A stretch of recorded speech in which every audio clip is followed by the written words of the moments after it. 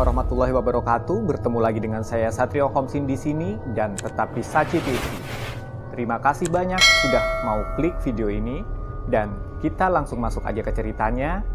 Misteri Hantu Penari Part 2. Mayang telah mendapatkan pengalaman baru dalam hidupnya. Dia diberikan pandangan atas kejadian-kejadian yang telah terjadi, bahkan kejadian-kejadian yang tak banyak keluarganya tahu.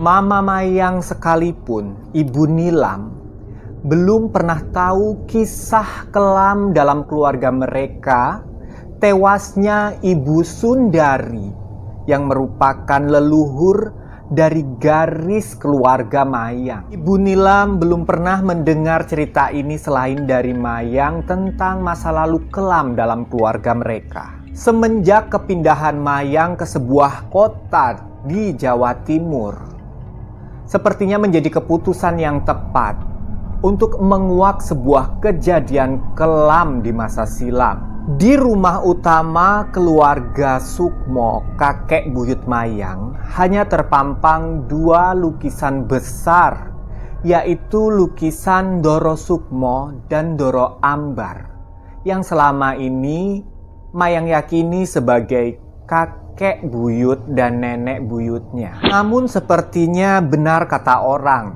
darah selalu lebih kental daripada air. Hati Mayang memang lebih jatuh cinta kepada sebuah lukisan yang terpampang di sebuah ruangan besar di samping dapur. Lukisan cantik yang sedikit usang, akan tetapi keusangannya menambah aura magis ketika Mayang menatapnya. Dan kini Mayang sudah tahu bahwa lukisan penari cantik tersebut adalah lukisan Eyang Buyut Putri Mayang yang sebenarnya, Nyai Sundari.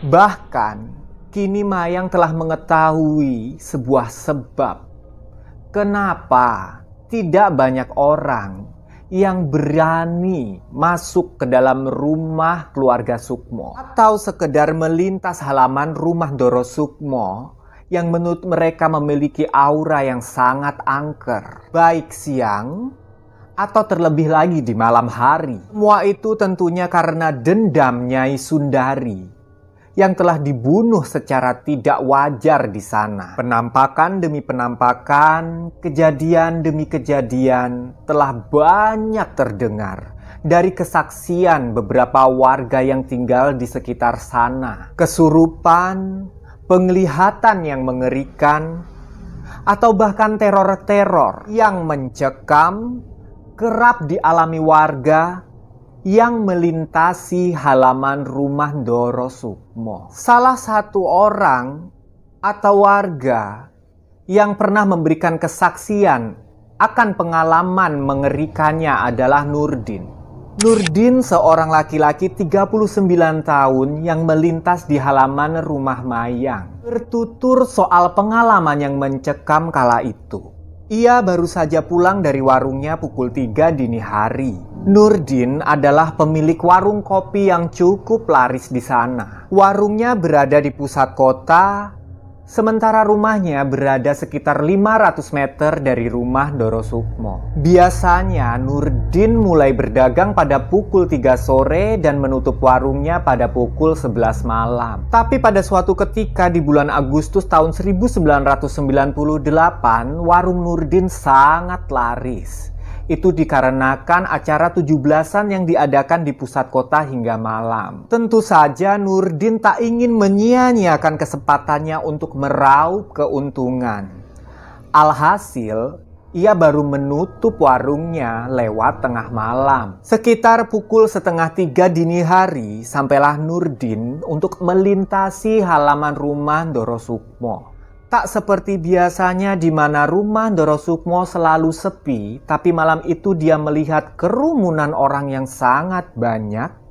Mereka sedang menyaksikan sebuah pertunjukan tari. Ia berpikir bahwa di rumah Doro Sukmo sedang membuat syukuran acara 17-an. Karena memang badannya sudah lelah setelah berjualan seharian, ia berniat untuk melanjutkan perjalanannya dan langsung pulang. Akan tetapi Nurdin kesulitan untuk menembus kerumunan orang-orang tersebut. Akhirnya Nurdin memarkir motornya dan ikut bergabung bersama orang-orang untuk menyaksikan pertunjukan tari tersebut.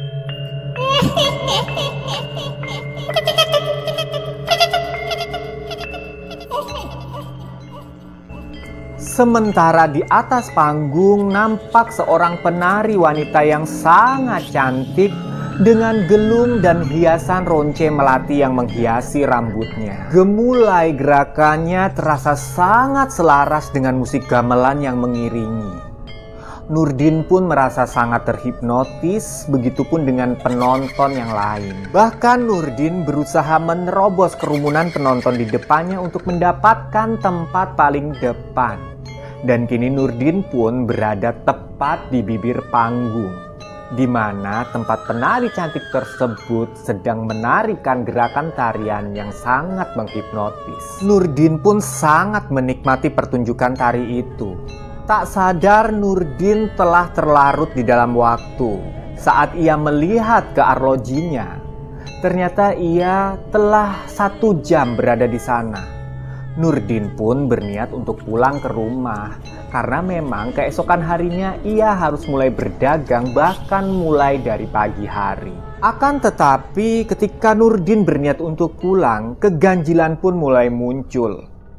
Di mana musik gamelan yang tadinya terdengar sangat nyaring tiba-tiba lenyap dan suasana pun menjadi sunyi seketika. Ketika Nurdin mencari tahu apa yang telah terjadi, Nurdin dikejutkan dengan penampilan si penari.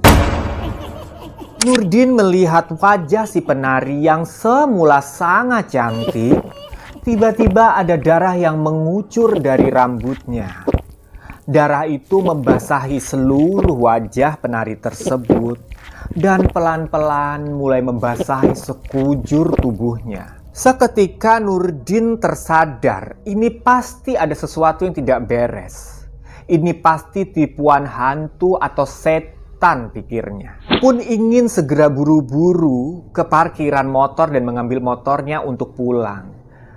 Tetapi alangkah terkejutnya Nurdin ketika ia sedang membalikan badan, ia melihat sebuah pemandangan yang sangat-sangat mengerikan di mana seluruh penonton yang berada di kanan, kiri, dan depan Nurdin berubah menjadi pocong. Dengan kain kafan yang telah usang dan dikotori oleh tanah-tanah kuburan. Bahkan tak sedikit dari pocong-pocong itu yang terlihat berdarah-darah. Tak sampai di situ, keseraman itu pun semakin diperkuat dengan penciuman yang dirasakan Nurdin bahwa pocong-pocong tersebut mengeluarkan bau anyir darah, bau busuk, dan juga berbelatung yang memenuhi seluruh wajahnya. Dan saat Nurdin masih merasa sangat-sangat ketakutan dengan pemandangan pocong-pocong berlusin-lusin yang ada di hadapannya, tiba-tiba dia dikagetkan dengan seseorang yang telah menepuk pundaknya. Ia pun menoleh ke arah pundak yang ditepuk oleh seseorang yang entah siapa sebelumnya Nurdin tak tahu. Dan ternyata sosok penari yang tadi berada di atas panggunglah yang telah menepuk pundaknya. Ya, kini penari yang berlumuran darah itu tepat berada di sampingnya. Ketika Nurdin belum tersadar dari keterkejutannya, penari itu pun mengatakan kepada Nurdin, "Kamu harus tetap di sini. Kamu harus bersama dengan